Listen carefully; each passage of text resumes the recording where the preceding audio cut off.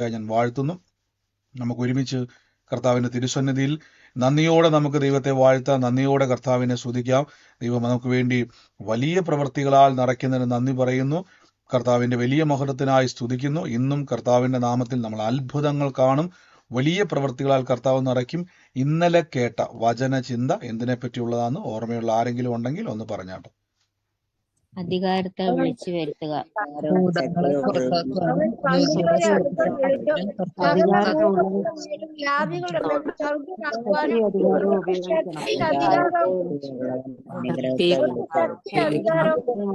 ആമേൻ. നമുക്ക് ഇന്ന് ഭൂതങ്ങളുടെ മേലും സകല വ്യാധികളുടെ മേലും സകലത്തിന്റെ മേൽ നമുക്ക് ശക്തിയും അധികാരവും ലഭിച്ചിരിക്കുന്നു. അപ്പൊ അധികാരത്തെ ഉപയോഗിച്ചു വേണം നിങ്ങൾ എന്ത് ചെയ്യുവാൻ. നിങ്ങളുടെ ജീവിതത്തിന്റെ അകത്ത് ഏതെങ്കിലും ഒരു പ്രശ്നമുണ്ടായാൽ അതിനെ ആത്മീയമായിട്ട് കാണണം. അപ്പൊ കുടുംബത്തിൽ പെട്ടെന്നൊരു വിഷയം ഉണ്ടായി, പെട്ടെന്നൊരു വഴക്കുണ്ടായി, ജോലി സ്ഥലത്ത് പെട്ടെന്ന് നിങ്ങൾക്ക് നിങ്ങളുടെ സമാധാനം കെടുത്തുന്ന ഒരു വിഷയമുണ്ടായി, നിങ്ങളുടെ ജീവിതത്തിൽ ഏതെങ്കിലുമൊക്കെ ഒരു പ്രശ്നം ഉണ്ടായി കഴിഞ്ഞാൽ അത് കുടുംബ വിഷയമാണെന്നും ജോലി വിഷയമാണെന്നും അതിൻ്റെ ശരീരത്തിന്റെ വിഷയമാണെന്നും ഒക്കെ ചിന്തിച്ചുകൊണ്ടിരിക്കാതെ ആത്മീയമായിട്ട് അതിനെ കൈകാര്യം ചെയ്യണം. യേശുവിന്റെ നാമത്തിൽ അതുകൊണ്ട് കൽപ്പിക്കുവാൻ നിങ്ങൾ നമ്മൾ പലപ്പോഴും നമുക്കൊരു പ്രശ്നം വരുമ്പോൾ ആ പ്രശ്നമാണ് നമ്മുടെ കുഴപ്പമെന്ന് ഓർത്തിരിക്കുക. അല്ല, പ്രശ്നത്തിന്റെ പിന്നിലൊരു കാരണമുണ്ട്. അതിനെ പുറത്താക്കുവാൻ കർത്താവിൽ എനിക്ക് അധികാരമുണ്ട് എന്ന തിരിച്ചറിവിൽ വേണം നിങ്ങൾ എപ്പോഴും പ്രവർത്തിക്കുവാൻ. എപ്പോഴും നിങ്ങൾ അങ്ങനെ വേണം.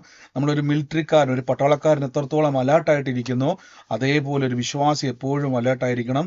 കർത്താവായ യേശു ക്രിസ്തുവിൽ ഞാൻ ഏത് നിമിഷവും അനേകരെയും എൻ്റെ ജീവിതത്തിലും അധികാരവും ശക്തിയും ഉപയോഗിക്കേണ്ട വ്യക്തിയാണ്. മറന്നുപോകരുത്, അധികാരത്വവും ശക്തിയും പ്രധാനപ്പെട്ടതാണ്.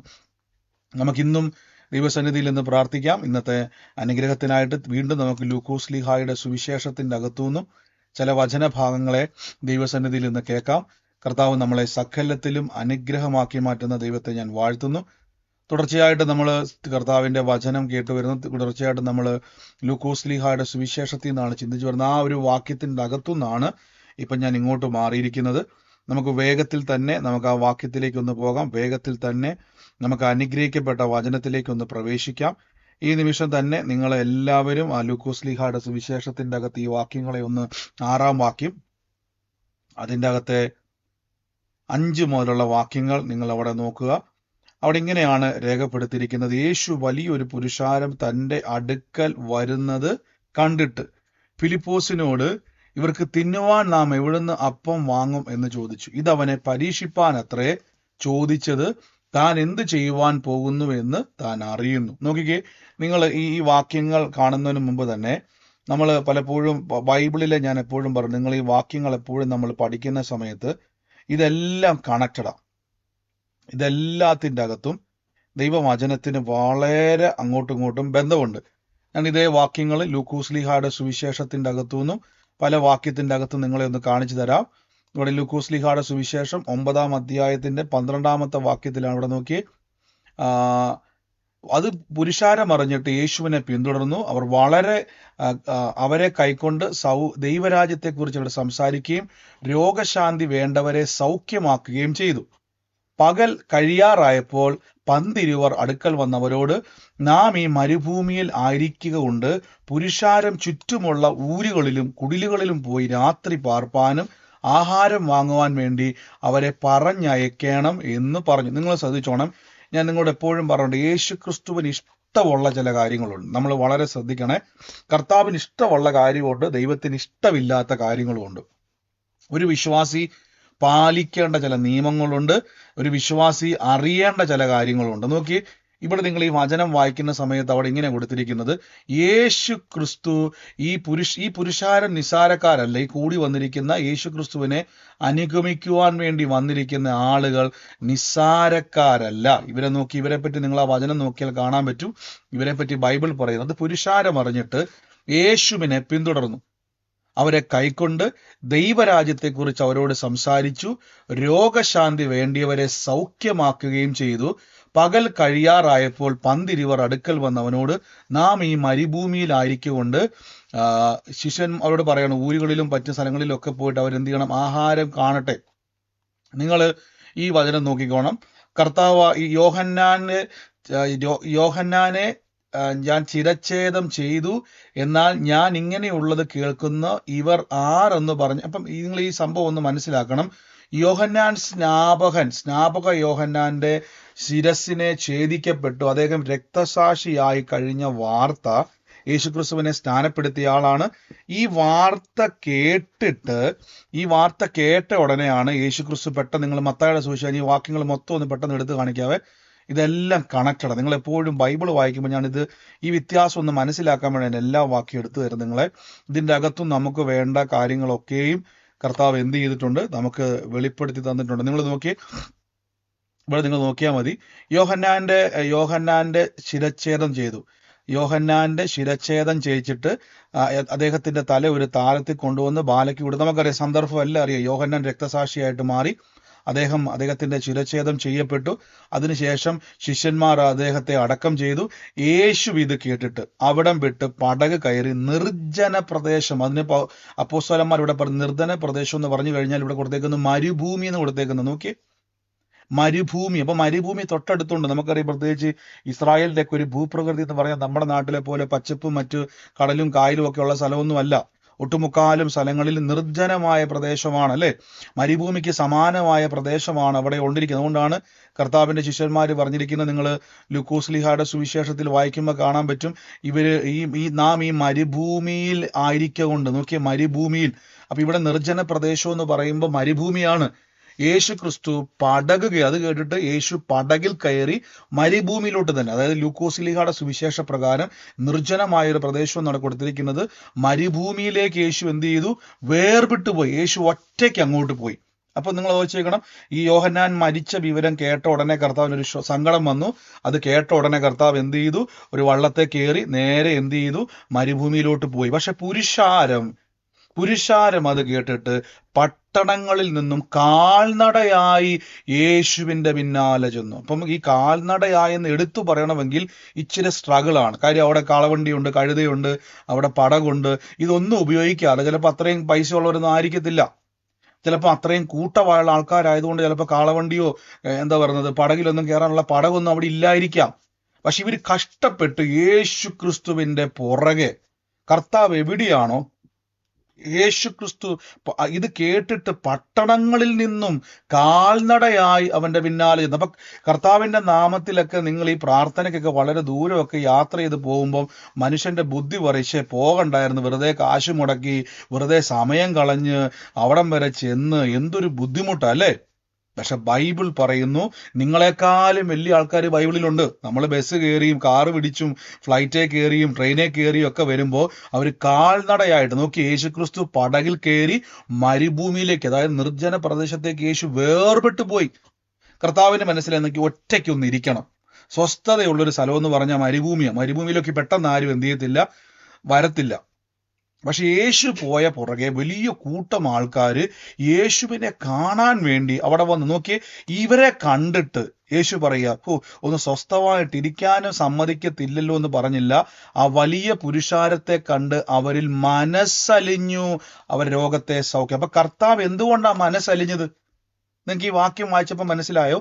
യേശുക്രിസ്തുവിന്റെ മനസ്സലിയാൻ കാരണം ഇവര് ശല്യക്കാരല്ല.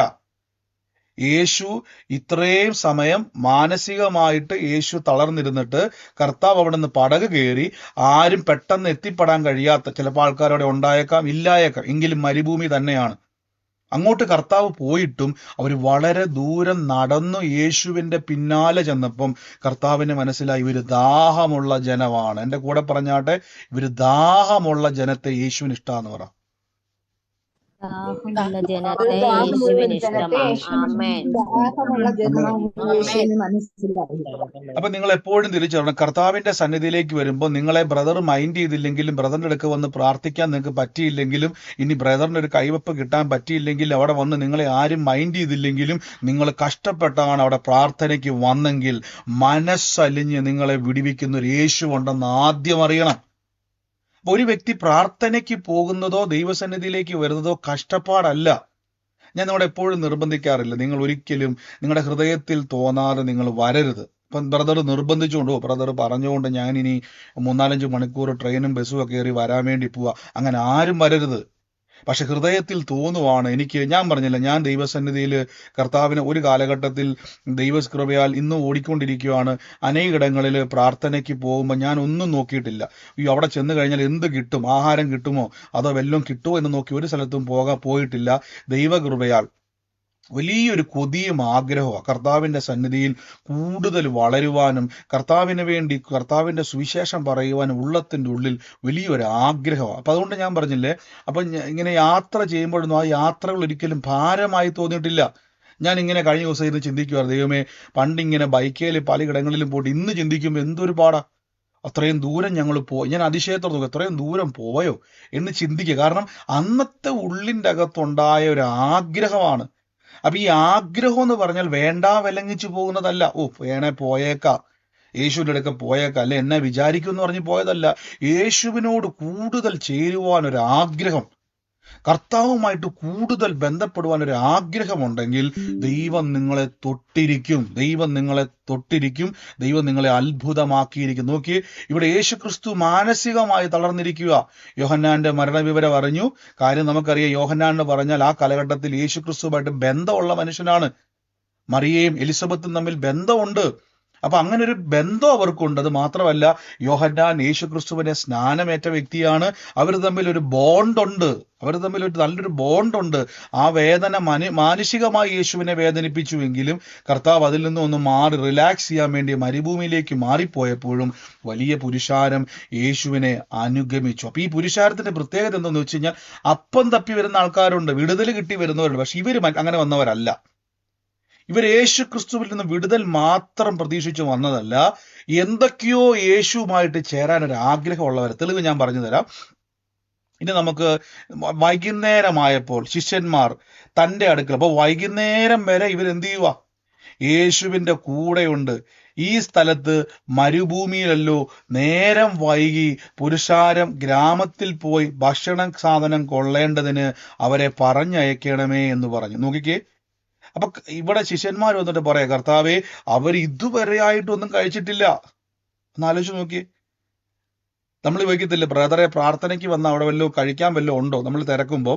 ഇവിടെ ബൈബിൾ പറയുന്നു, ശിഷ്യന്മാർ വന്നിട്ട്, കർത്താവേ, അവർ വൈകുന്നേരമായി, ഈ മരുഭൂമിയിൽ അവർ നേരവും വൈകി, ഇനി തിരിച്ച് ബസ്സൊന്നും കാണത്തില്ല, ട്രെയിനൊന്നും കാണത്തില്ല, ഇനി അങ്ങോട്ട് അവർക്ക് പോകാൻ ഒരു ഓപ്ഷനും ഇല്ല, അവർ നേരം വൈകി പുരുഷാരം ഗ്രാമങ്ങളിൽ പോയി ഭക്ഷണ സാധനം കൊള്ളേണ്ടതിന് അവരെ പറഞ്ഞയക്കണമേ എന്ന് പറഞ്ഞു. നോക്കിയോണം. അപ്പൊ അവരോട് കർത്താവിന്റെ ശിഷ്യന്മാര് പറയണം, കർത്താവേ, അവരെ എന്ത് ചെയ്യണം, എവിടെയും പോയിട്ട് അവർ വല്ലതും കഴിക്കട്ടെ, അല്ലെങ്കിൽ ഇവിടെ എന്നാ സംഭവിക്കും, തല കറങ്ങി വല്ലതും വീഴുവന്നേ, ആരുത്തരവാദിത്തം പറയും എന്നൊക്കെ ശിഷ്യന്മാർ ചിന്തിച്ച് കാണും. എന്നാൽ യേശു അവരോട്, 16-ാമത്തെ വാക്യം കൊണ്ട് യേശു അവരോട് പോകുവാൻ ആവശ്യമില്ല, നിങ്ങൾ അവർക്ക് ഭക്ഷിപ്പാൻ കൊടുക്കുവിനെന്ന് പറഞ്ഞു. നോക്കിക്ക്, യേശു ക്രിസ്തുവിന്റെ വാക്ക് കണ്ടോ, എന്റെ പുറകെ റിസ്ക് എടുത്ത് വന്നവൻ മറ്റുള്ളവന്റെ മുമ്പിൽ കൈ നീട്ടേണ്ട ആവശ്യമില്ല എന്നാണ് യേശു പറഞ്ഞത്.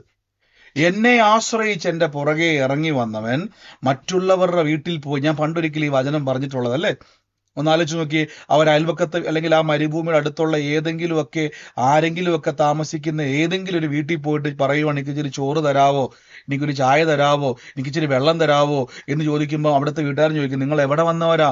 ഉടനെ അവർ പറയും, ഞങ്ങളെ ആ മരുഭൂമിയിൽ പ്രാർത്ഥനയ്ക്ക് വന്നവരാ. ഉടനെ അവർ പറയും, ഈ യേശുവിന് വേറെ ഒരു സ്ഥലവും കണ്ടില്ലേ, എത്രയോ ഓഡിറ്റോറിയം ഉണ്ട്, ഈ മരത്തിൽ ഓണംകേറ മൂലയെ കൊണ്ടാണ് പ്രാർത്ഥന വെച്ചിരിക്കുന്നത്, ഈ മരുഭൂമിയിലാണ്, എന്തൊരു മനുഷ്യനാ എന്നൊക്കെ ചിലപ്പോൾ അവർ പറഞ്ഞേക്കാം.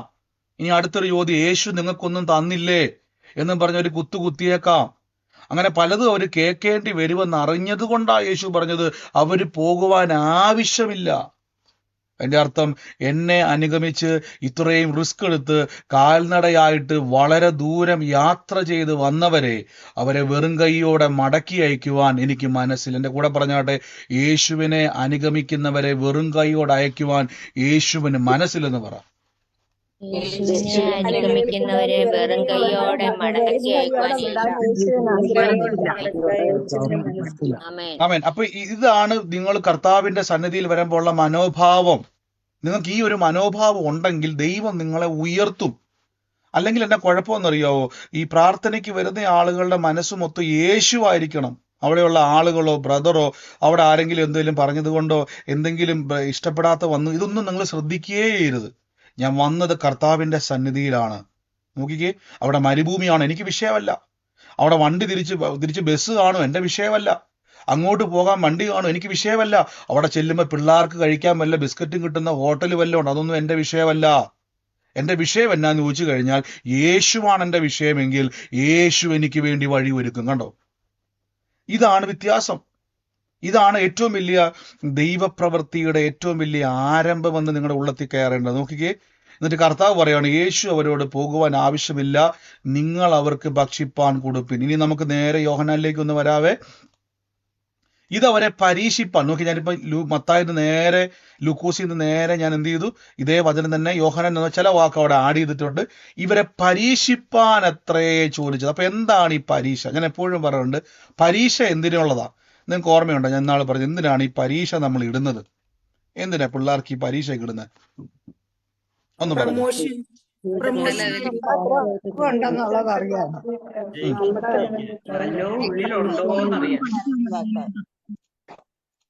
പരീക്ഷ എന്ന് പറഞ്ഞു കഴിഞ്ഞാൽ പഠിച്ചത് ഇവരുടെ ഉള്ളത്തിൽ ഒരു ഇവരുടെ പ്രവൃത്തി തലത്തിലേക്ക് ഇവർക്ക് ഉപയോഗിക്കുവാൻ പ്രാപ്തിയുണ്ടോ എന്ന് നോക്കുന്നതാണ് പരീക്ഷ.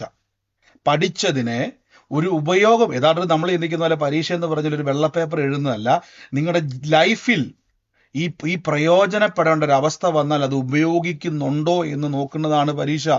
ഇപ്പൊ കാണാപ്പാഠം പഠിച്ചൊരു വ്യക്തി പരീക്ഷാ സമയത്ത് ആ കറക്റ്റായിട്ട് ആൻസർ ഉപയോഗിക്കുന്നില്ലെങ്കിൽ അതിന്റെ അർത്ഥം ആ ഒരു പ്രയോജന സമയത്ത് അവൻ ഉപയോഗിക്കുവാൻ കഴിയാനുള്ള പ്രാപ്തി ഇല്ലെന്ന അതിന്റെ അർത്ഥം.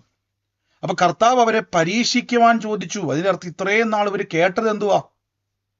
ഇവര് കേട്ടത് മൊത്തം ഇവരുടെ ജീവിതത്തിൽ പരീക്ഷയാണ്. അതായത് ഒരു അസാധ്യമായ ഒരവസ്ഥ വരുമ്പോൾ, മരുഭൂമിയാണ്, ഇവിടെ ആഹാരം കിട്ടത്തില്ല, ഇവിടെ സാധ്യതകളൊന്നുമില്ല, ഇവിടെ നിങ്ങൾക്ക് ഇവർക്ക് കൊടുക്കാൻ ഒരു വഴിയുമില്ല എന്ന് തിരിച്ചറിയുമ്പോൾ ഓർത്തോണം, ശിഷ്യന്മാർ പരീക്ഷിക്കുവാണ്, ഇവിടെ എന്ത് ചെയ്യും? ഇങ്ങനൊരു സിറ്റുവേഷനിലാണ് നിങ്ങൾ ശരിക്കും നിങ്ങളുടെ അധികാരത്തെ ഉപയോഗിക്കുവാൻ പഠിക്കേണ്ടത്. ഇവിടെയാണ് പലരും പതറിപ്പോകുന്നത്, ഇവിടെയാണ് പലരും വിശ്വാസത്തിൽ വീണു പോകുന്നത്, പരീക്ഷാ സമയത്താണ്. നിങ്ങൾ നോക്കിക്കേ, ഇവിടെ നിങ്ങൾക്ക് ഇപ്പൊ പെട്ടെന്ന് നിങ്ങൾ ആ ഒരു സ്ഥലത്ത്, ആ ഒരു മരുഭൂമി നിങ്ങൾ ഉണ്ടെന്നിരിക്കട്ടെ, നിങ്ങൾ ശിഷ്യന്മാരുടെ കൂട്ടത്തിലുള്ളവരാന്നിരിക്കട്ടെ, നിങ്ങൾ അവിടെ ഇരിക്കുക. കർത്താവ് പെട്ടെന്ന് ചോദിക്കുകയാണ്, ഇവർക്ക് മൊത്തം മരുഭൂമിയാണ്, ഒന്ന് കണ്ണടച്ച്, മുഴുവൻ മരുഭൂമിയാണ്. അത് മരുഭൂമി എന്ന് പറഞ്ഞു കഴിഞ്ഞാൽ ഹോട്ടലില്ല, വെള്ളമില്ല, അവിടെ കൂൾബാറുകളില്ല, അവിടെ കുടിക്കുവാനൊന്നുമില്ല, എല്ലാം ക്ലോസ് ചെയ്തിരിക്കുന്നു, അവിടെ ഒരു സാധ്യതയില്ല, വള്ളമില്ല, ഒന്നുമില്ല. വലിയ പുരുഷാരം അവിടെ തന്നെയുണ്ട്, ആയിരക്കണക്കിന് ആൾക്കാർ നിൽക്കുന്നു, അവർ കുടിപ്പാനോ തിന്നാനോ സ്ഥലങ്ങളൊന്നുമില്ല. യേശു ചോദിക്കുകയാണ്, നിങ്ങൾ ഇവർക്ക് കുടിക്കാൻ കൊടുക്കുമെന്ന് പറഞ്ഞാൽ ഉടനെ നിങ്ങൾ എന്ത് ചെയ്യുന്നു ചോദിച്ചു കഴിഞ്ഞാൽ ഓടി വന്ന് നിങ്ങൾ എന്ത് ചെയ്യും? അവിടെ എല്ലാവരും കൂടി വന്നിരുന്നിട്ട് നമുക്കെല്ലാം ഷെയർ ചെയ്യാം, ഉള്ളത് കൊണ്ട് നമുക്ക് ഓണം പോലെ എന്ന് പറഞ്ഞുകൊണ്ട് നിങ്ങൾ എന്ത് ചെയ്യും? എല്ലാവരെയും നിന്ന് മേടിച്ച് നമുക്ക് എന്ത് ചെയ്യാൻ നോക്കും. നമ്മൾ പലപ്പോഴും അഡ്ജസ്റ്റ്മെന്റ് ചെയ്യുവാൻ മൈൻഡ് ഉള്ളവരാ. അഡ്ജസ്റ്റ്മെന്റ് മനസ്സ് നിങ്ങളിൽ നിന്ന് പൊട്ടണം. അഡ്ജസ്റ്റ്മെന്റ് മനോഭാവം തകരണം. നോക്കിക്കേ, ഇവിടെ അഡ്ജസ്റ്റ്മെന്റ് മനോഭാവം എന്തുവാണ്? ഉടനെ എന്ത് ചെയ്യുവാണ്? ഇവിടെ കർത്താവ് അവിടെ പറയുക, 5 അപ്പവും 2 മീനും അല്ലാതെ ഇവിടെ ഒന്നുമില്ല എന്ന് പറഞ്ഞു. നോക്കിക്കേ, ലൂക്കോസിലേക്ക് നമുക്കൊന്ന് ഓടി വരാം. ഇവിടെ ഇങ്ങനെയാണ് പറഞ്ഞിരിക്കുന്നത്, അവർക്ക് ഭക്ഷിപ്പാൻ കൊടുക്കുമെന്ന് പറഞ്ഞ ഉടനെ 5 അപ്പവും 2 മീനും അല്ലാതെ അധികം ഞങ്ങളുടെ പക്കലില്ല, ഞങ്ങൾ പോയി ഈ സകല ജനത്തിനും വേണ്ടി ഭോജ്യങ്ങൾ കൊള്ളണമോ എന്നവർ പറഞ്ഞു. നോക്കിക്കേ, ഏകദേശം 5000-ഓളം പുരുഷന്മാരുണ്ടായിരുന്നു. അപ്പൊ ഈ വരുന്ന പുരുഷന്മാരും കർത്താവിന്റെ ശിഷ്യന്മാരും ഒരു തീരുമാനത്തിലെത്തി, ഞങ്ങൾ അഡ്ജസ്റ്റ് ചെയ്തോളാം കർത്താവേ, ഞങ്ങൾ അഡ്ജസ്റ്റ് ചെയ്തോളാം. അതായത് ഞങ്ങൾ വേണേ പട്ടിണി കടന്നോളാം, ഇനി ജനത്തോട് ഞങ്ങൾ സംസാരിക്കാം. നോക്കിക്കേ, നമ്മുടെ ഇപ്പൊ 5 അപ്പമേ ഉള്ളൂ, കുറച്ച് പേര് പട്ടിണിക്ക് ഇരിക്കണം, പിള്ളേർക്ക് നമുക്ക് ഉള്ളത് കൊടുക്കാം, നമുക്ക് അവിടെ നിന്ന് ഇവിടുന്നൊക്കെ വെള്ളം കുടിച്ചൊക്കെ ഇരിക്കാം, അങ്ങനെയൊക്കെ തട്ടിക്കൂട്ടി നമുക്ക് എന്ത് ചെയ്യാം എന്ന് ഞങ്ങൾ എല്ലാവരോടും പറഞ്ഞ് റെഡിയാക്കി വെച്ചിരിക്കുക. ഇങ്ങനെ ശിഷ്യന്മാർ എന്ത് ചെയ്തിരിക്കുമായിരിക്കും? അവിടെ എല്ലാവരോടും സംസാരിച്ച് മേക്കപ്പ് ചെയ്ത് എല്ലാ കാര്യങ്ങളും സംസാരിച്ച് എല്ലാം റെഡിയാക്കി വെച്ചിരിക്കുകയാണ്. നോക്കിക്കേ, ഇതെല്ലാം പറഞ്ഞു നിൽക്കുന്ന സമയത്താണ് കർത്താവായ യേശുക്രിസ്തു പറയുന്നത്, നോക്കി, നിങ്ങൾ ദൈവത്തിന്റെ സ്വഭാവത്തെ മനസ്സിലാക്കണം. നോക്കിയേ, ഫിലിപ്പോസ് അവനോട്, ഓരോരുത്തന് അല്പം ലഭിക്കേണ്ടതിന് 200 പണത്തിന് അപ്പം മതിയാകില്ല എന്ന് ഉത്തരം പറഞ്ഞു. അപ്പൊ അവര് പൈസയിലോട്ട് നേരെ പോയി കേട്ടോ. അപ്പൊ അവര് പറയുകയാണ് 200 പണത്തിന്റെ അപ്പം പോലും നമുക്ക് മതിയാകത്തില്ല. നോക്കിയേ, അപ്പൊ ഇത്രയും നിങ്ങൾ ഇത് നോക്കിക്കേ. അപ്പൊ അടുത്ത വാക്യത്തിൽ പറഞ്ഞു, അവിടെ ഒരു ബാലന്റയിൽ 5 അപ്പവും യവത്തപ്പവും 2 മീനും ഉണ്ട്, എങ്കിലും ഇത്ര പേർക്ക് അത് എന്തുള്ളൂ എന്നവർ പറഞ്ഞു. അപ്പൊ ഇവിടെ മുഴുവൻ നോക്കിയേ, ശിഷ്യന്മാരെ യേശു പരീക്ഷിക്കുകയാണ്. നിങ്ങൾക്ക് ഇതുപോലെ പരീക്ഷ ഉണ്ടാവും കേട്ടോ, നിങ്ങൾക്ക് പരീക്ഷ ഉണ്ടാവും. ഈ വചനമെല്ലാം അകത്തോട്ട് കയറിയിട്ട് ഒരു പ്രശ്നം വരുമ്പോ കരയുമ്പോ നിങ്ങൾ പരാജയപ്പെടുകയാണ്. അയ്യോ ബ്രദറെ, എന്നോട് ക്ഷമിക്കണം, ഞാൻ കരഞ്ഞു പോയി, സാരമില്ല, കേട്ടെ. യേശു ആഗ്രഹിക്കുന്ന എന്നാണെന്നറിയാമോ? പരീക്ഷയെ ജയിക്കണം. എൻ്റെ കൂടെ പറഞ്ഞാട്ടെ, പരീക്ഷ വരുമ്പോൾ ജയിക്കുന്നതാണ് യേശുവിന്റെ ഇഷ്ടമെന്ന് പറ.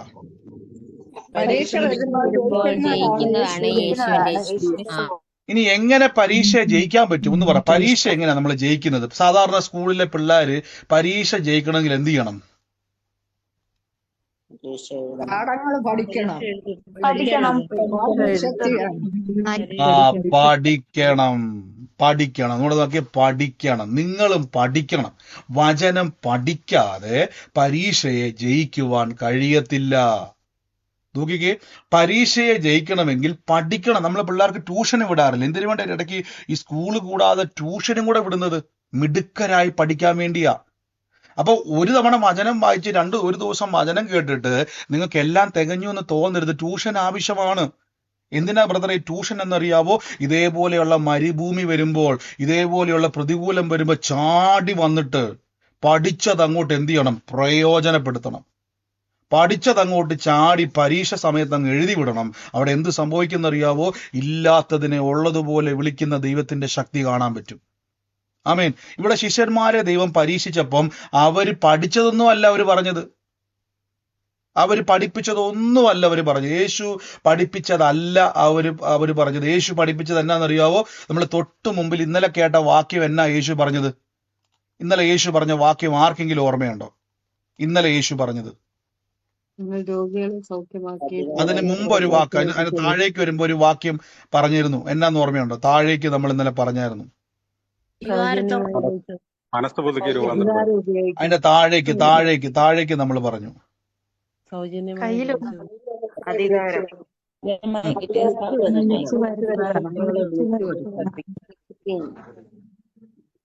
അതിന്റെ താഴേക്ക് ഇറങ്ങിപ്പോകാൻ പറഞ്ഞു. അധികാരത്തോടെ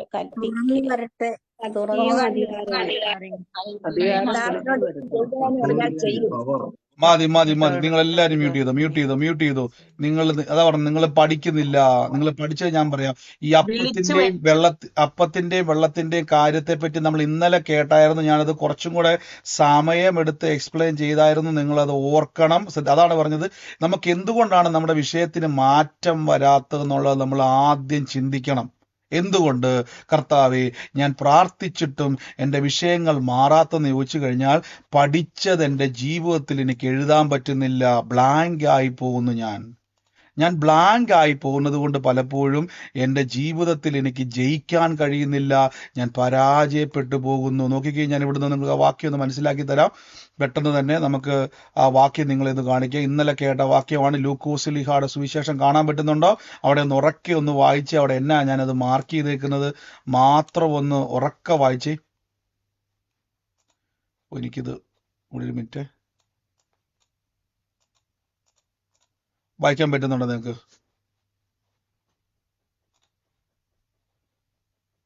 ഒരു സെക്കൻഡ്, ഇതിവിടെ സ്റ്റക്കായി നിൽക്കുന്നു. ഓക്കെ, ഞാനത് വായിക്കാം. വഴിയിൽ വടിയും പൊക്കണവും അപ്പവും പണവും ഒന്നും എടുക്കരുത്. ആദ്യം യേശു പറഞ്ഞു, ദൈവരാജ്യം പ്രസംഗിപ്പാനും രോഗികളെ സൗഖ്യമാക്കുവാനും അവരെ അയച്ചു. അവർക്ക് ശക്തിയും അധികാരവും കൊടുത്തു. നോക്കിയേ, ശക്തിയും അധികാരവും അവർക്ക് കൊടുത്തിട്ടാണ് യേശു അവരെ അയക്കുന്നത്. അവരെ അയക്കുന്ന സമയത്ത് കർത്താവ് ശക്തി കൊടുത്തു, അവർക്ക് അധികാരം കൊടുത്തു. ശക്തിയും അധികാരവും കൊടുത്തിട്ട് കർത്താവ് അവരെ വിട്ടിട്ട് വെറുതെ കർത്താവ് ഇവിടുന്ന് പോവല്ല. ഇവിടെ വചനം പറയുന്നത് പോലെ തന്നെ നിങ്ങൾ നോക്കിയേ, ഞാൻ ആ വാക്യത്തിലേക്ക് ഒന്ന് വരാവേ, നിങ്ങൾ ശ്രദ്ധിച്ചോണേ. വടിയിൽ പൊക്കണവും അപ്പോ എടുക്കരുത്. 9-ാമത്തെ വാക്യത്തിന്റെ 3-ാം വാക്യം നമ്മൾ ഇന്നലെ കേട്ടത്. ഈ പ്രസംഗം എല്ലാം കേട്ട് കൈയെല്ലാം അടിച്ച് സ്വോത്രമൊക്കെ പറഞ്ഞു, ഞങ്ങൾ ഇനി പോകത്തില്ല, യഹോവ ഈര് ഞങ്ങൾക്ക് വേണ്ടി അവിടെ അപ്പം ഒരുക്കും. അവിടെ പോയി രോഗിയെ സൗഖ്യമാക്കി അത്ഭുതം കണ്ടിട്ട് വന്നവരാണ്. നോക്കിക്കേ, ലൂക്കോസ് ലീഹായുടെ സുവിശേഷം 9:13 നമ്മൾ വായിക്കുന്നതെങ്കിൽ 9-3 അധ്യായത്തിലാണ് പറഞ്ഞിരിക്കുന്നത്, അവർ പട്ടണത്തിലൊക്കെ പോയി യേശുവിന്റെ നാമത്തിൽ അവർ പുറപ്പെട്ടു സുവിശേഷീകരിച്ച് രോഗികളെ സൗഖ്യമാക്കി ഊരുതോറും സഞ്ചരിച്ച്. നോക്കിയേ, വടിയും പൊക്കണവും അപ്പവും പണവും ഒന്നും എടുക്കാതെ പോയവരാ ഇവര്. അവിടെ ചെന്ന് അത്ഭുതം കണ്ടവരാ ഇവര്, വലിയ സാക്ഷ്യം പറഞ്ഞവരാ ഇവര്. പക്ഷെ ഇവര് 5000 പേരെ കണ്ടപ്പോൾ ടെൻഷനായിപ്പോയി. ഞാൻ ചോദിച്ചോട്ടെ, അന്ന് നിങ്ങൾക്ക് വേണ്ടി പട്ടണത്തിൽ വടിയും പൊക്കണവും ഒന്നും എടുക്കണ്ട, നിങ്ങളൊരു പട്ടണത്തിൽ ചെന്ന് കഴിഞ്ഞാൽ അവിടെ നിങ്ങൾക്ക് വേണ്ടിയത് അവിടെ ഞാൻ ഒരുക്കുമെന്ന് പറഞ്ഞ് അത് അനുഭവിച്ച് സാക്ഷ്യം വന്ന് പറഞ്ഞവര് നോക്കിക്കേ, ഇവിടെ വന്നിട്ട് പറയുകയാണ് 200 പൈസ വേണം, ഊരുകളിൽ പോയി നിങ്ങൾ ചോദിക്കണം, 5 അപ്പം 2 മീനും ഉള്ളു, എന്നാ ചെയ്യും എന്ന് പറഞ്ഞുകൊണ്ടിരിക്കുക. കർത്താവ് മുമ്പേ പറഞ്ഞല്ലോ, ദൈവരാജ്യം പ്രസംഗിപ്പാനും. അപ്പൊ ദൈവരാജ്യത്തിൽ നിന്ന് ഭക്ഷണം വരും, ദൈവരാജ്യത്തിൽ നിന്ന് ആഹാരം വരും. അപ്പൊ നിങ്ങൾ എന്തെങ്കിലും, ബ്രദറെ ഞങ്ങളൊക്കെ കടയിൽ പോയിട്ട് സൂപ്പർ മാർക്കറ്റിൽ പോയിട്ട് സാധനം മേടിക്കുന്നത് അങ്ങനെയല്ലേ ബ്രദറെ, ഞങ്ങൾ വീട്ടിൽ കഞ്ഞി വെക്കുന്നത്? പിന്നെ ബ്രദർ അല്ലേ ഈ പറഞ്ഞുകൊണ്ടിരിക്കുന്നത്? ഇവിടെ നിങ്ങൾ നോക്കിയേ, 5 അപ്പവും 2 മീനും മാത്രമുണ്ടായിരുന്നു. നമുക്ക് ഈ പ്രസംഗമൊക്കെ ഒത്തിരി അറിയാമല്ലേ, ഞാനിത് പറയുമ്പോൾ നിങ്ങൾക്ക് എപ്പോഴും കേട്ട് നിങ്ങൾ അടുത്ത പ്രസംഗമായിരിക്കും അല്ലേ. ഇവിടെ നിങ്ങൾ നോക്കിയേ, പിന്നെ യേശു അപ്പം എടുത്ത് വാഴ്ത്തി ഇരുന്നവർക്ക് പങ്കിട്ട് കൊടുത്തു, അങ്ങനെ മീനും വേണ്ടുവോളം കൊടുത്തു. തൃപ്തിയായ ശേഷം നോക്കിയേ, തൃപ്തിയായ ശേഷം ശേഷിച്ച കഷ്ണം ഒന്നും നഷ്ടമാക്കാതെ ശേഖരിച്ചു. ഇവിടെ ലൂക്കോസിന്റെ സുവിശേഷത്തിൽ അവർ പറയുന്നുണ്ട്, കർത്താവേ ഇത് ഇവർക്ക് തികയത്തില്ല എന്നവർ പറയുന്നുണ്ട്. നോക്കിയേ, നമ്മൾ വായിച്ചായിരുന്നല്ലേ, ഈ 5 അപ്പവും 2 മീനും അല്ലാതെ ഞങ്ങൾക്ക് ഇവിടെ ഒന്നുമില്ല എന്ന് പറഞ്ഞു. ഇവിടെ ഒന്നുമില്ല എന്ന് പറഞ്ഞ ശിഷ്യന്മാരെവിടെ? ഇപ്പൊ അവിടെ വലിയൊരു കർത്താവ് പറയും, തിന്നിട്ട് അവർക്ക് തൃപ്തി വന്നു. അപ്പൊ ഉള്ളത് കൊണ്ട് അഡ്ജസ്റ്റ് ചെയ്യുന്ന പരിപാടി കർത്താവിനില്ല കേട്ടോ. ഉള്ളത് കൊണ്ട് അഡ്ജസ്റ്റ് ചെയ്യുന്ന പരിപാടി ദൈവത്തിനില്ല. ദൈവത്തിന്റെ പ്രത്യേകത, ദൈവരാജ്യത്തിൽ നിന്ന് ആഹാരം വരും. ദൈവരാജ്യത്തിൽ നിങ്ങൾക്ക് വേണ്ട, അതാണ് തുടക്കത്തിൽ പറഞ്ഞത്, ദൈവരാജ്യം പ്രസംഗിപ്പാൻ. അപ്പോൾ നിങ്ങൾ ആദ്യം എന്ത് ചെയ്യണം? ദൈവരാജ്യം പ്രൊക്ലെയിം ചെയ്യണം, വിളംബരം ചെയ്യണം. ഇതാണ് ദൈവരാജ്യം എന്നൊക്കെ പറഞ്ഞത്. നമ്മൾ മൊത്തത്തിൽ കിടക്കുന്നതാണ്. ദൈവരാജ്യം എന്ന് പറഞ്ഞാൽ രക്ഷിക്കപ്പെടണം, സ്നാനപ്പെടണം, സഭയിൽ വരണം, നിത്യജീവൻ വേണം. ഇതുകൊണ്ട് ഇത് ചെറുതല്ല കേട്ടോ, എന്നോട് തെറ്റിദ്ധരിക്കരുത്. ഇത് ചെറുതല്ല, ഇത് നമുക്ക് വേണ്ടതാണ്. ഇത് നടക്കാൻ പോകുന്നതാണ് നിത്യജീവനിലേക്ക്. ഈ ഭൂമിയിൽ എങ്ങനെ ജീവിക്കണം എന്നുള്ളത് പഠിക്കണം. ഈ ഭൂമിയിലും ദൈവരാജ്യത്തിൽ നിന്ന് ആഹാരം വരും, ദൈവരാജ്യത്തിൽ നിന്ന് നന്മ വരും, ദൈവരാജ്യത്തിൽ നിന്ന് അനുഗ്രഹങ്ങൾ വരും, ദൈവരാജ്യത്തിൽ നിന്ന് സൗഖ്യം വരും, ദൈവരാജ്യത്തിൽ നിന്ന് നന്മ വരും, ദൈവരാജ്യത്തിൽ നിന്ന് ആരോഗ്യം വരും, ദൈവരാജ്യത്തിൽ നിന്ന് തലമുറകളുടെ വിടുതൽ വരും. ദൈവരാജ്യത്തിൽ നിങ്ങളുടെ ജീവിതത്തിൽ എന്തൊക്കെയാണോ ആവശ്യമായത് അതൊക്കെയും വരും. പരീക്ഷയെ ജയിക്കാൻ പഠിക്കണം. അപ്പൊ കർത്താവിന്റെ ശിഷ്യന്മാര് അധികാരവും ശക്തിയൊക്കെ ലഭിച്ച് അവർ ഊരുകളിൽ പോയിട്ട് ഭക്ഷണമൊക്കെ കഴിച്ച് സാക്ഷ്യം വന്ന് പറഞ്ഞവരാണ്. പക്ഷേ പ്രതികൂലം വന്നപ്പോൾ പെട്ടെന്ന് അവരങ്ങ് മറന്നുപോയി. അവർ പെട്ടെന്ന് എല്ലാം എന്ത് ചെയ്തു? അവര് കാര്യങ്ങളൊക്കെ ശരിയാണ്, കർത്താവ് പറഞ്ഞതൊക്കെ ഓക്കെയാണ്, പക്ഷേ യേശു പരീക്ഷിക്കാൻ വന്നപ്പോൾ അവർ ഒരിക്കലും അഡ്ജസ്റ്റ്മെന്റ് ചെയ്യരുത് കേട്ടോ. നിങ്ങൾ ഈ ദിവസങ്ങളിൽ തിരിച്ച് ദൈവരാജ്യത്തെ പറ്റി പഠിക്കണം. ഈ പലർക്കും പഠിക്കാത്തത് കൊണ്ടാണ് പരീക്ഷ വരുമ്പോൾ പരാജയപ്പെട്ടു പോകുന്നത്. ഇല്ല ബ്രദർ, ഞാൻ രാവിലെ മുതൽ യൂട്യൂബ് തുറന്നാൽ ലോകത്തുള്ള സകല ബ്രദർമാരുടെ വചനം കേട്ട് കിടന്ന് ഉറങ്ങുന്നത്. നോക്കിക്ക്, കേൾക്കുന്നത് വല്ലതും പ്രയോജനപ്പെടുന്നുണ്ടോ? ഞാൻ പറഞ്ഞില്ല, ഒത്തിരി വചനങ്ങൾ നമ്മൾ കേൾക്കും. ചിലർ പറയും നിങ്ങൾക്ക് ഉള്ളത് കൊണ്ട് മതി, കട്ടത വരും, ദുരിതം വരും, പ്രയാസം വരും, പട്ടിണി വരും, ദാരിദ്ര്യം വരും, നിന്ന വരും, ഇതെല്ലാം അനുഭവിക്കും. ദൈവരാജ്യം എവിടെ? അവിടെ ഇതെല്ലാം മനുഷ്യനെ അനുഭവിക്കും. നിങ്ങൾ നോക്കി, ലോകത്തിൽ നിന്നെ അനുഭവിക്കാത്ത മനുഷ്യരുണ്ടോ? ലോകത്തിൽ പട്ടിണി കിടക്കാത്ത ആളുകൾ പട്ടിണി ഇല്ലാത്ത രാജ്യം ലോകത്തിൽ ഉണ്ടോ?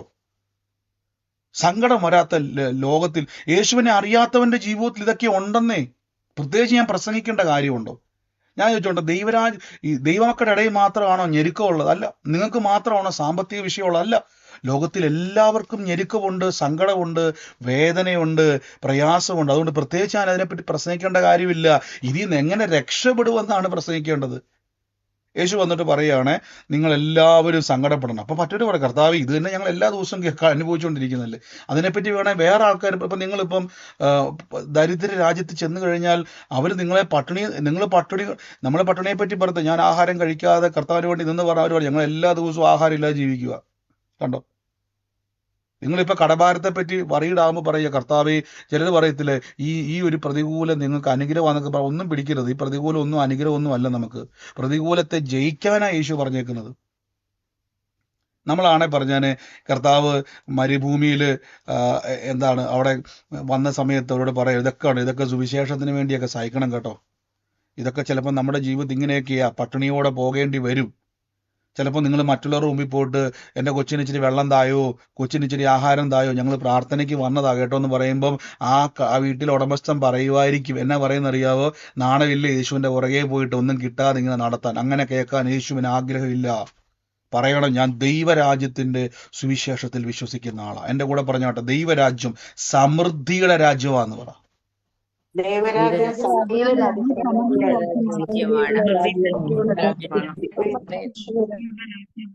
അപ്പൊ ദൈവരാജ്യം പ്രസംഗിപ്പാൻ യേശു 9-ാം അധ്യായത്തിന്റെ 1-ാം വാക്യത്തിൽ ശിഷ്യന്മാരെ യേശു അയച്ചതാണ്. ഈ ശിഷ്യന്മാരെ യേശു അയച്ചിട്ട് അവരെന്ത് ചെയ്തു? അവര് തിരിച്ചു വന്നിട്ട് കർത്താവ് ചെയ്ത വലിയ കാര്യങ്ങളെ പറ്റി പറഞ്ഞതാണ്. പട്ടണത്തിൽ ചെന്നപ്പം ഇന്നലെ ഞാനൊരു വാക്ക് പറഞ്ഞായിരുന്നു, നിങ്ങളുടെ വീട്ടിൽ ഒരു ഭിക്ഷക്കാരൻ വന്നു കഴിഞ്ഞാൽ ആ ഭിക്ഷക്കാരന് നിങ്ങൾ ഒരിക്കലും വീട്ടിൽ പിടിച്ച് കിടത്തത്തില്ല. ആ ഭിക്ഷക്കാരന് നമുക്ക് എന്തെങ്കിലും ഉണ്ടേ നമ്മൾ കൊടുത്തുവിടും. അദ്ദേഹത്തിന് ആഹാരം വല്ലതും ഉണ്ടേ കൊടുത്തുവിടും. അദ്ദേഹത്തെ വിളിച്ച് നിങ്ങൾ അകത്ത് കയറ്റി ബെഡ്റൂമിൽ കടത്തത്തില്ല. പക്ഷെ കർത്താവിന്റെ ശിഷ്യന്മാരെ നിങ്ങൾ എന്ത് ചെയ്യും? വന്നു കഴിഞ്ഞാൽ അവരെ നിങ്ങൾ പെരക്കകത്ത് കയറ്റി കിടത്തും. അതിന്റെ കാരണം യേശുവിന്റെ ശിഷ്യന്മാർ യേശുവിന്റെ നാമത്തിൽ വിശ്വസിക്കുന്ന ഒരു വ്യക്തി ഭവനത്തിൽ വന്നാൽ ആ ഭവനത്തിൽ വിടുതലാണ്. ആ ഭവനത്തിന്റെ ചരിത്രം മാറിയിരിക്കും. അതാണ് ദൈവരാജ്യത്തിന്റെ ശക്തി. അതുകൊണ്ടാണ് യേശു പറഞ്ഞത്, പത്രോസ് പറയുക, ഞാൻ 9-ാം വാക്യത്തിൽ മുകളിലോട്ടൊന്ന് പെട്ടെന്ന് കയറിപ്പോട്ട് തിരിച്ചു വരാവേ. ലൂക്കോസിന്റെ 9 നോക്കിക്കേ, പന്തിരി വരെ അടുക്കൽ വിളിച്ചു സകല ഭൂതങ്ങളുടെ മേലും വ്യാധികളുടെ മേലും അവർക്ക് ശക്തിയും അധികാരം കൊടുത്തു. അപ്പൊ അധികാരം ഞാൻ പറഞ്ഞല്ലോ, പുറത്താക്കുവാനും വിളിച്ചു വരുത്തുവാനും നിർത്താനും ഉള്ളതാണ് അധികാരം. ഇത് പറഞ്ഞിട്ട് കർത്താവ് വഴിയിൽ പോകുമ്പോൾ പൊക്കണോ മപ്പോ ഒന്നും എടുക്കരുത് എന്നിട്ട് കർത്താവ് പറയുകയാണ്. ഇന്നലെ ഞാൻ എടുത്ത വാക്യം എടുക്കാം, എനിക്ക് വന്ന മത്തായിലാന്ന് തോന്നുന്നു ആ വാക്യം കിടക്കുന്നത്, മത്തായി 10. ഏത് പട്ടണത്തിലോ, 10-ാം വാക്യമാണ് മത്തായിൽ, ഏത് പട്ടണത്തിലോ ഗ്രാമത്തിലോ കിടക്കുമ്പോൾ അവിടെ യോഗ്യൻ ആരെന്ന് അന്വേഷിപ്പിൻ, പുറപ്പെട്ട് അവിടെ തന്നെ പാർക്കുവിൻ, ആ വീട്ടിൽ ചെല്ലുമ്പോൾ വന്ദനം ചൊല്ലുവിൻ എന്നൊക്കെ കർത്താവ് പറഞ്ഞല്ലോ. അവിടെ വഴിക്ക് പോകുമ്പോൾ 2 ഉടുപ്പും ചെരുപ്പും വടിയും കരുതരുത്, വേലക്കാരൻ തന്റെ ആഹാരത്തിന് യോഗ്യനല്ലോ. അവിടെ പോയിട്ട് യാചിക്കാനല്ല പറഞ്ഞേക്കുന്നത്. അവിടെ ചെന്ന് രോഗികളെ സൗഖ്യമാക്കി ഭൂതങ്ങളെ പുറത്താക്കി ആ കുടുംബത്തിന് വേണ്ടി അവരുടെ ജീവിതത്തെ വിടിവിക്കുവാനുള്ള അധികാരവും ശക്തിയും നിങ്ങളുടെ മേലുണ്ട്. നോക്കിക്കേ, അപ്പൊ ഇത് നിങ്ങളുടെ മേൽ ഉള്ളത് കൊണ്ടാണ് കർത്താവ് പറഞ്ഞത്. ലൂക്കോസ് ലീഹായുടെ സുവിശേഷത്തിൽ ഇവരത് പോയി തിരിച്ചു വന്നവരാണ് ശിഷ്യന്മാര്.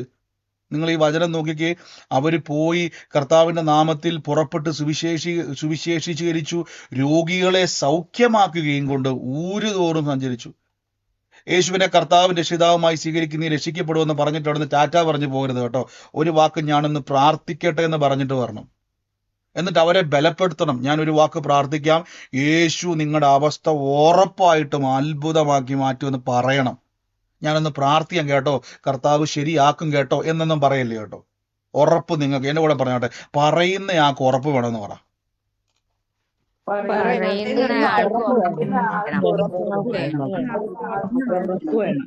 നമ്മൾ പലപ്പോഴും പറഞ്ഞറിയാം, നാളിന്ന് പ്രാർത്ഥിച്ച് നോക്കട്ടെ, നമുക്ക് പ്രാർത്ഥിക്കാം കേട്ടോ, കർത്താവ് നമുക്ക് വേണ്ടി അത്ഭുതം ചെയ്യും കേട്ടോ, ഇന്നൊന്നും പറയരുതേ. ഉറപ്പ് കൊടുക്കണം, എന്നാലേ ദൈവരാജ്യം പ്രവർത്തിക്കത്തുള്ളൂ.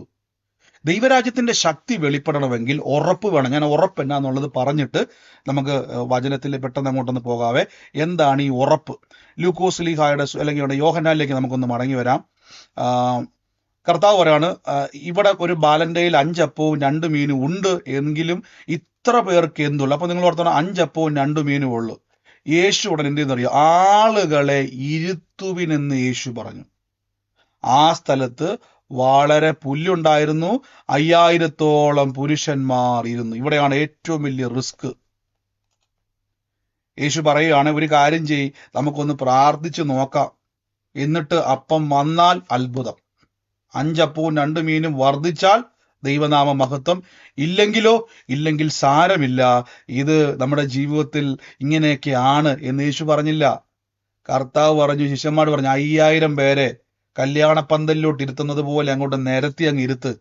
എന്നിട്ട് അവിടെയുള്ള വട്ടയിലയാണോ വാഴയിലയാണോ എന്താന്ന് വെച്ചാൽ പറിച്ചുകൊണ്ട് വാ. എന്നിട്ട് അങ്ങോട്ട് വിളമ്പ് ഒരു പ്ലേറ്റ് പോലെ. കർത്താവിന്റെ ശിഷ്യന്മാരൊക്കെ മുട്ടിടിക്കാൻ തുടങ്ങിക്കാണ്, അവർ വിറയ്ക്കാൻ തുടങ്ങിക്കാണ്. എന്റെ ദൈവമേ, തീർന്ന്. 5000 പുരുഷന്മാര് വിശന്ന് അവര് തളർന്ന് ഇരിക്കുന്നു. ഒന്നാമത് അവർ വലിയ ദൂരം യാത്ര ചെയ്ത് വന്നവരാണ്, വൈകുന്നേരം വരെ പ്രാർത്ഥന കേട്ട് സുവിശേഷം കണ്ടിരുന്നവരാണ്. അപ്പൊ വയറ് നന്നായിട്ട് കത്തുന്നുണ്ടവർക്ക്. അവരെ യേശു അങ്ങോട്ട് ഇങ്ങനെ നിരത്തി ഇരുത്തി. ശിഷ്യന്മാര് ചിലപ്പോൾ വട്ടയിലയോ വാഴയിലയോ അവിടെയുള്ള സകല ഇലയും കൊണ്ടുവന്ന് പ്ലേറ്റ് പോലെ കൊണ്ട് വെച്ചേക്കുമായിരിക്കും. പാത്രമൊന്നും അവിടെ ഇല്ലല്ലോ. ഇവരിങ്ങനെ ഇരുത്തുന്ന സമയത്ത് ചങ്ക് ഇടിക്കുക. നോക്കിക്കേ, ഇതാണ് ഉറപ്പെന്ന് പറയുന്നത്. അവിടെ 5 അപ്പവും 2 മീനും വാഴ്ത്തി 5000 പേർക്കുള്ള ആഹാരം വന്നെങ്കിൽ ശിഷ്യന്മാർ എവിടെയെങ്കിലും ഒരു ഡിസ്പോസിബിൾ പ്ലേറ്റ് എങ്കിലും മേടിച്ചോണ്ട് വന്നേനെ. വിശ്വാസത്താൽ ആഹാരം വന്നല്ലോ, ഇനി പ്ലേറ്റ് എവിടുന്നേലും അവർ ഉണ്ടാക്കിയേനെ. പക്ഷേ ഇവിടെ 5 അപ്പവും 2 മീനും ഉള്ളൂ, 5000 പേരുകൊണ്ട്. ഞാൻ ഇങ്ങനെ ചിന്തിക്കുകയാണ്, പരീക്ഷ സമയത്ത് ശിഷ്യന്മാരൊന്ന് ഞെട്ടിപ്പോയി കാണും. പക്ഷെ എങ്കിലും ഞാൻ കണ്ടൊരു കാര്യം, കർത്താവ് പറഞ്ഞതുപോലെ അവർ ഇരുത്തി. ഇതാണ് ഉറപ്പ് വേണം. ഈ ദിവസങ്ങളിൽ നിങ്ങളൊരു വീട്ടിൽ ചെന്ന് പറയുമ്പോൾ നിങ്ങളോട് തന്നെ പറയണം, സ്വന്തമായിട്ട് പറ, എന്റെ കൊച്ചിന്റെ വിഷയം അത്ഭുതമാകും. ദൈവരാജ്യത്തിൽ നിന്ന് അത്ഭുതം വരും. ദൈവരാജ്യം ഉണ്ടെന്ന് ഉറപ്പുണ്ട് നിങ്ങൾക്ക്? എത്ര പേർക്ക് ഉറപ്പുണ്ട് ദൈവരാജ്യം ഉണ്ടെന്ന്? ദൈവരാജ്യം ഉണ്ടെന്ന് എത്ര പേർക്ക് ഉറപ്പുണ്ട്? ദൈവത്തിന്റെ രാജ്യം ഉണ്ടെന്ന്. ഇനി ഒന്ന് കേട്ടെ, അവിടുന്ന് എനിക്ക് വേണ്ടി നന്മ വരുമെന്ന് ഉറപ്പുള്ള എത്ര പേരുണ്ട്?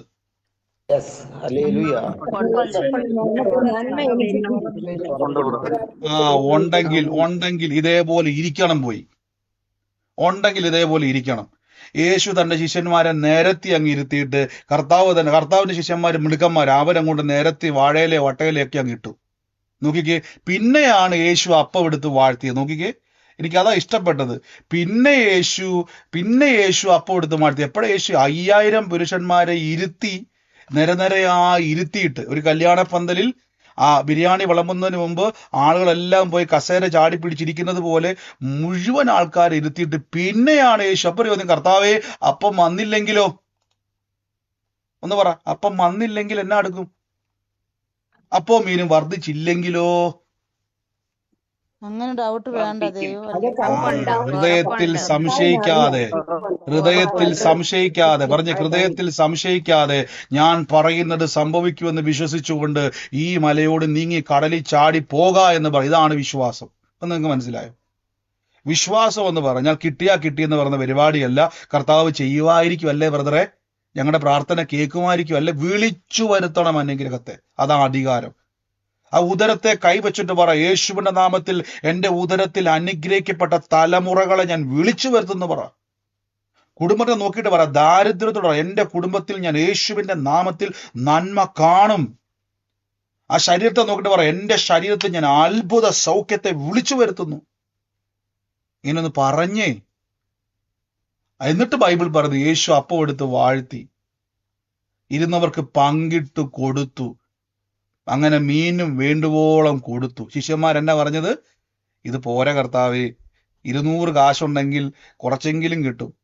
അവർ തൃപ്തിയായ ശേഷം നോക്കിക്കേ, ഇവരെ തുടക്കത്തിൽ ശിഷ്യന്മാരെ അഡ്ജസ്റ്റ് ചെയ്യാൻ നോക്കിയവരാ. ഇപ്പൊ വയറ് നിറഞ്ഞിട്ട് ഇപ്പൊ അവരുടെ ചിന്ത എവിടെയെങ്കിലും ഒന്ന് കിടന്നാൽ മതിയെന്ന. വയറ് നിറഞ്ഞ് തൃപ്തിയായ ശേഷം 12 കൊട്ട ശേഖരിച്ചു. അപ്പൊ ശേഷിപ്പ് ദൈവം തരും. തട്ടിമുട്ടും ജീവിക്കരുത് കേട്ടോ. ഏറ്റവും ഞാൻ എപ്പോഴും പറഞ്ഞു, നമ്മുടെ പ്രാർത്ഥനകൾ എൻ്റെ ഏറ്റവും വലിയ ആഗ്രഹം, ഏറ്റവും നല്ല ഹോളിൽ, ഏറ്റവും നല്ല ഓഡിറ്റോറിയത്തിൽ, ഏറ്റവും നല്ല രീതിയിൽ നമ്മൾ എന്ത് ചെയ്യണം? ജീവിക്കണം. ആ ദേശത്തിൽ ഏറ്റവും അനുഗ്രഹിക്കപ്പെട്ട ജീവിതം നിങ്ങളുടെ ആയിരിക്കണം. നിങ്ങളുടെ ജോലി സ്ഥലത്ത് നാട്ടുകാർ കൂടെ ജോലി ചെയ്യുന്നവർ പറയണം, നിങ്ങളൊന്ന് പറഞ്ഞ്, ഏറ്റവും അനുഗ്രഹിക്കപ്പെട്ട വ്യക്തി ഞാനാണ്. Best employee of the award മേടിക്കേണ്ടത് നിങ്ങളായിരിക്കണം. സമൂഹത്തിൽ ഏറ്റവും അനുഗ്രഹിക്കപ്പെട്ട ജീവിതം യേശുവിലുള്ളവനായിരിക്കണം. കാര്യം ബൈബിൾ പറയുന്നു, അവർ തിന്ന് തൃപ്തിയായവർക്ക് ശേഷിപ്പുണ്ടായി. ഇതായിരിക്കണം നിങ്ങളുടെ ജീവിതത്തിൽ ദൈവരാജ്യം എന്ന് പറയുന്നത്. അല്ല നമ്മൾ ചിന്തിച്ചേക്കുന്നത്, നമ്മൾ കേട്ടിരിക്കുന്ന ദൈവരാജ്യം എന്ന് പറഞ്ഞ് എന്തുവാന്ന് ചോദിച്ചു കഴിഞ്ഞാൽ, അതാണ് ഞാൻ പറഞ്ഞത്, ഈ ആളുകൾ പൊതുവെ ഇമോഷൻ പ്രീച്ചേഴ്സ് ഉണ്ട്. ഇമോഷനിലേക്ക് നിങ്ങളെ കണക്ട് ചെയ്യും. ഇമോഷണലായിട്ട് ഒരു പ്രതികൂലം വന്നു കഴിഞ്ഞാൽ നമുക്ക് ഒരു നിത്യത ഉണ്ടെന്ന് പറഞ്ഞ് നമ്മളെ പലപ്പോഴും അവരെ ആശ്വസിപ്പിക്കാറുണ്ടല്ലേ പ്രിയരെ. നിത്യത എന്ന് പറഞ്ഞാൽ എന്നാണെന്നറിയാവോ? മരണം നീങ്ങി ജീവൻ വെളിപ്പെട്ട് ജീവൻ കിട്ടിയവരാ നിങ്ങൾ. സ്വർഗവുമായിട്ട് ബന്ധം ലഭിച്ചവരാ നിങ്ങൾ. സ്വർഗവുമായി കണക്ഷൻ ലഭിച്ചവരാ നിങ്ങൾ. നിങ്ങളോടാ പറഞ്ഞത് സാരമില്ലെന്ന്. എന്ത് സാരമില്ലെന്ന്? ദൈവരാജ്യത്തിന്റെ ശക്തിയെ പ്രാപിച്ചവർ, രക്ഷിക്കപ്പെട്ട് സ്നാനപ്പെട്ടവര്. നിങ്ങൾ ഇങ്ങനെ എന്ത് ചെയ്തുകൊണ്ടിരിക്കും? ഇപ്പം സങ്കടപ്പെട്ട് കരഞ്ഞുകൊണ്ടിരിക്കാതെ ചാടി എണീറ്റിട്ട് അധികാരത്തോടെ വിളിച്ചു പറ, നന്മയും കരുണയും എന്റെ പുറകെ വരുമെന്ന് പറ. നന്ദി കർത്താവേ. നമുക്ക് ഒരുമിച്ച് പ്രാർത്ഥിക്കാം. നിങ്ങൾക്ക് ഇത് മനസ്സിലായെന്ന് ഞാൻ വിശ്വസിക്കുന്നു. എത്ര പേർക്ക് മനസ്സിലായി? നാളെ ഞാൻ ചോദിക്കും ഇത് വചനം ഇവിടുന്ന് നമ്മൾ നാളെ മുന്നോട്ട് പോകുന്നത്. അതുകൊണ്ട് വീണ്ടും യൂട്യൂബിൽ ഒന്നുകൂടെ കേൾക്കണം. എത്ര പേർക്ക് മനസ്സിലായി? ഞാൻ ഇനിയും കർത്താവെ പഠിക്കാനുണ്ടെന്ന് മനസ്സിലായി എത്ര പേരുണ്ട്?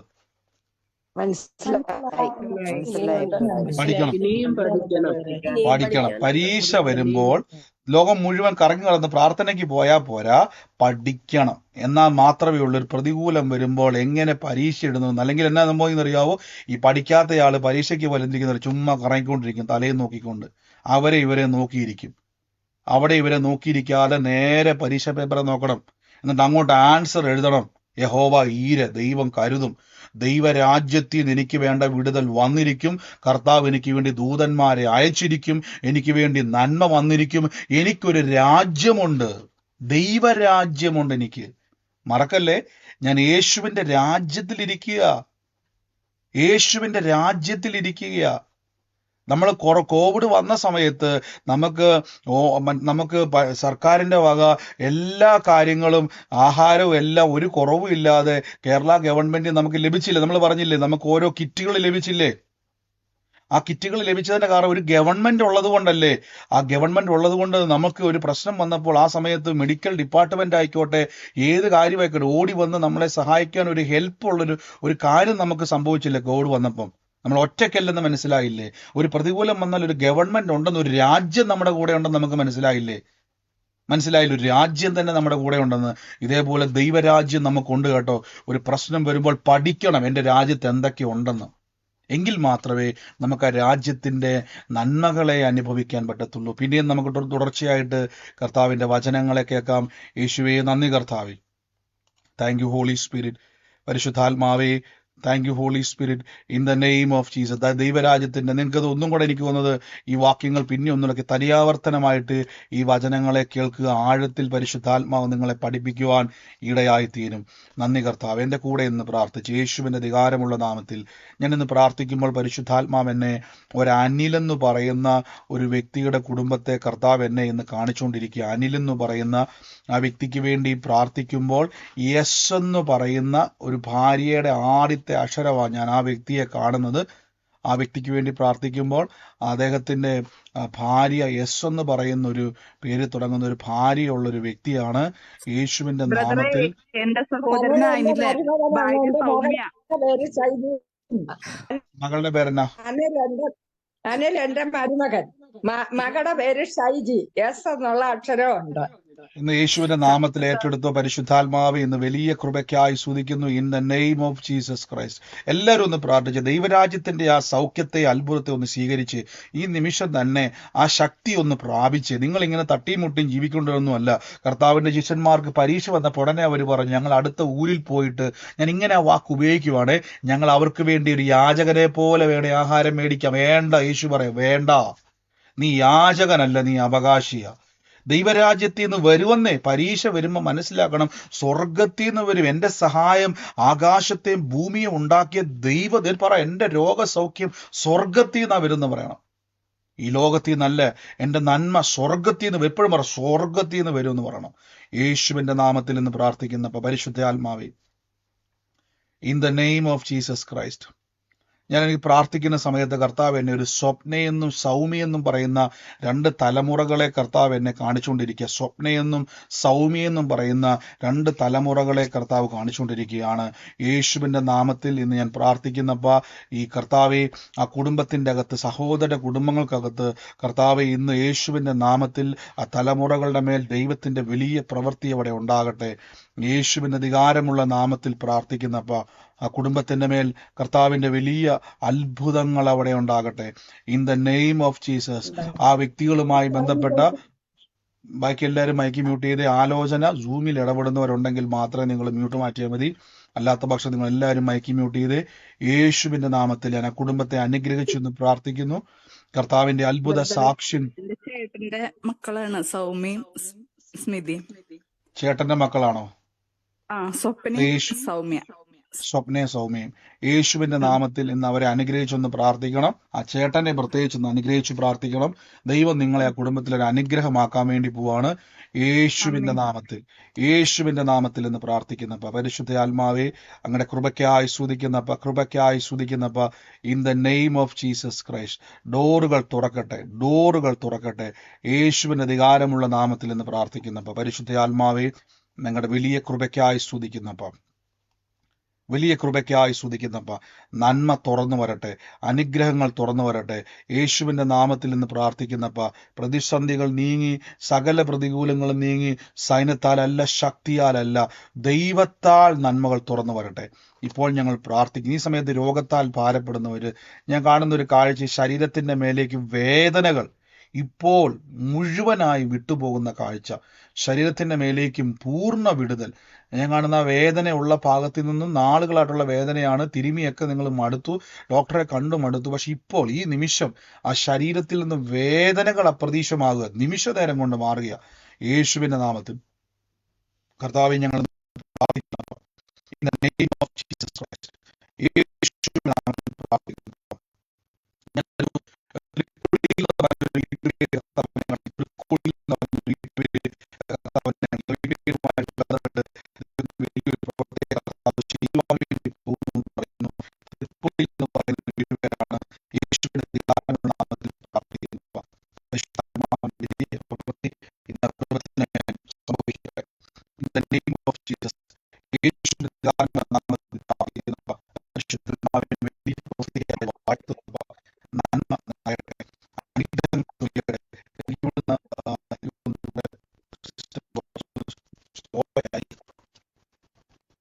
ഒന്നും അറിയത്തില്ല, മണി അടിക്കുന്ന കേൾക്കുന്നു. ഒന്നും കേൾക്കുന്നില്ല ബ്രദറെ. പക്ഷെ ക്ലിയർ അല്ലല്ലോ. ബ്രദറെ ക്ലിയർ അല്ല. ബ്രദറെ ക്ലിയർ അല്ല, മനസ്സിലാവുന്നില്ല. ഒന്നും കേൾക്കുന്നില്ല. ഒന്നും കേൾക്കുന്നില്ല. പോയി. ഒന്നും കേൾക്കാൻ പറ്റില്ല. പറന്നിരിക്കുക. ക്ലിയറല്ല ഇനി വേറല്ല, കേൾക്കുന്നേ ഇല്ല. പറ്റുന്നുണ്ട്.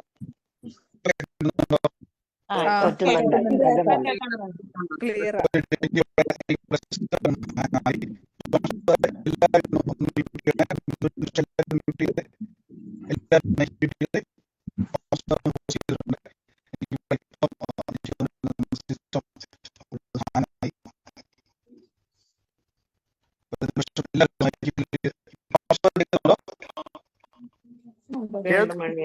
കേൾക്കുന്നുണ്ട്.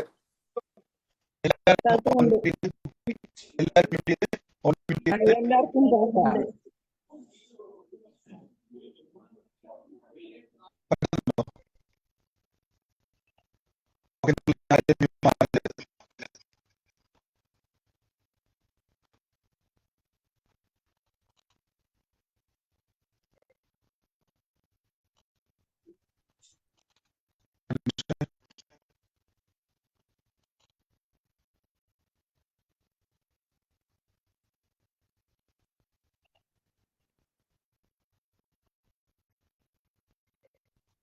കേൾക്കുന്നില്ല.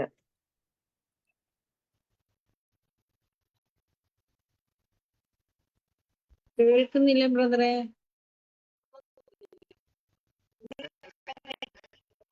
ഒന്നും കേൾക്കാനേ ദയവ് ചെയ്ത് ക്ഷമിക്കുക. ദയവ് ചെയ്തൊന്ന് ക്ഷമയോടുകൂടി കാത്തിരിക്കുക.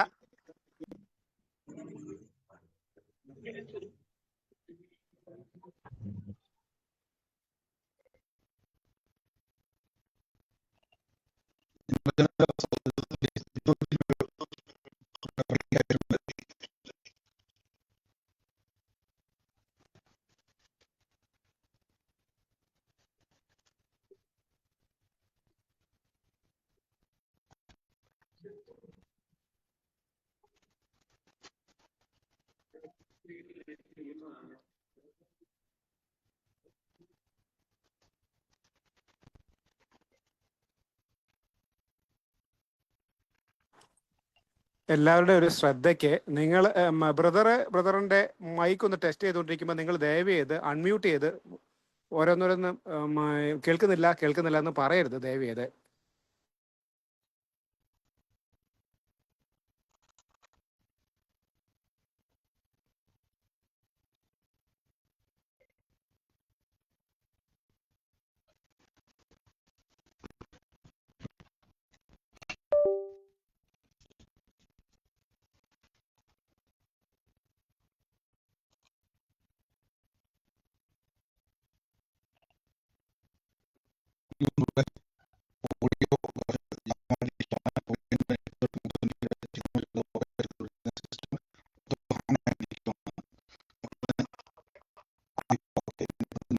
ഓഡിയോ